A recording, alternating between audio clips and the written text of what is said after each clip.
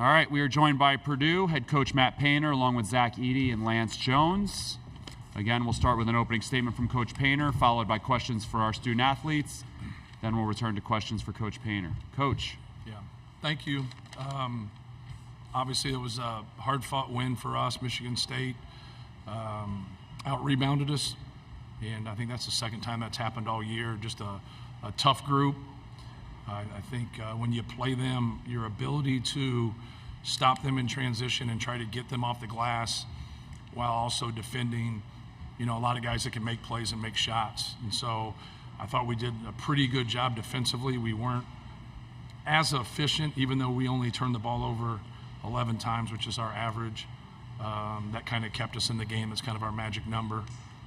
But I thought our guys hung in there. I thought we got some really good defensive stops and did some things. There were some times there as they got 14 offensive rebounds that we were getting stops, but we couldn't get a rebound. And that kind of prolonged things. I think they probably look at it the same way because we had 12 offensive rebounds. But we hung in there, and we played parts of the first half and second half without Braden Smith, and I thought Lance did a really good job taking care of the basketball. Ends up with only one turnover, which is great. When you get in those type of positions, you got to play a different position you're not used to. Just being solid and getting us into offensive sets was great. He probably set a record. He took 5 charges also today, which an individual player. One of them was probably a push-off, so he wouldn't count it as a charge. But taking 4 charges and another offensive foul is a pretty good night. One of his best games, even though he didn't score a lot. He did a lot to affect the game. He got fouled 9 times, which is unheard of, for a guard to get fouled that much. And so, both of these guys next to me got fouled 23 times tonight in the game. So we got to do a better job making free throws, but everybody's trying to make their free throws. As long as we keep guarding and taking care of the basketball, we're going to give ourselves a chance. We'll start with Sam in the front row left. Lance, kind of going off of that, you played extended minutes at the point guard. Now, I don't know if this team's played 5 minutes without Braden in the game at any point in a long time. Kind of tell me about that role and accepting it, and then this team to be able to extend the lead without Braden in the game, I thought was huge going into halftime. Without Braden, it shows us how deep we are and, how we can still play together. I just wanted to be next man up mentality, carry the load if I had to, and, just keep the game under control. We'll go to Zach in the front row right. Zach, I guess asking about Lance and just that steadying presence, especially when you see Braden go down.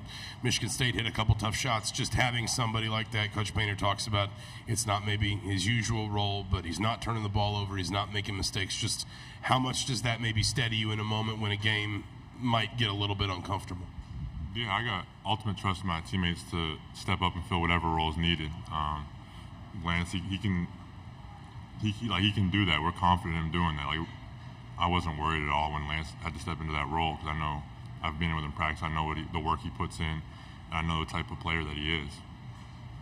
Front row left, Kyle.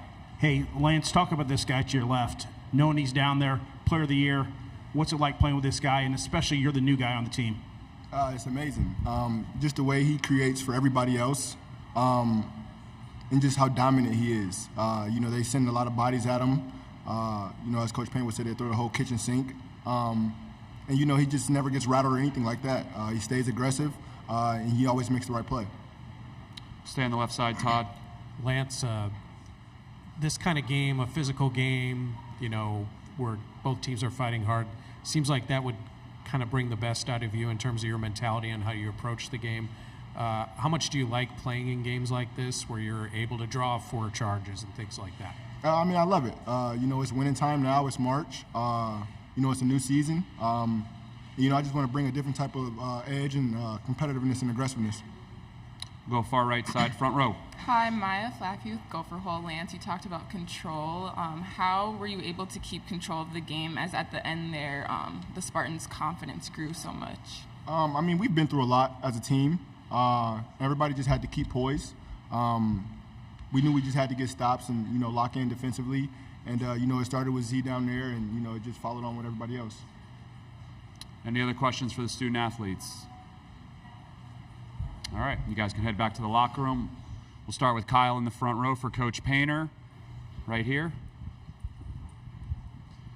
Hey, Matt, obviously you've been in this big tournament a lot of times, but you got Coach Izzo on the other sidelines. I mean, the guy's the ultimate competitor. What's it like for you to have to keep playing against this team and doing well with your guys? Right. We have a lot of respect for Michigan State, just how they run their program, how they play, how they compete. And, we've stolen a lot from them through the years. If you can learn through competition, that's the best. Like taking losses, learning from those losses, and just trying to enhance, everything that you can in your program, through competing against somebody like that. But it's hard, to be honest with you. We got a matchup with Zach, I think, that really puts them in a bind, puts a lot of people in a bind. We have some guys that can really shoot the basketball. So just trying to complement each other more than anything. But I thought we did a good job of defending the arc. Once again, I thought we had some really good challenges. We never let them kind of get going, because that's a big piece of what they do.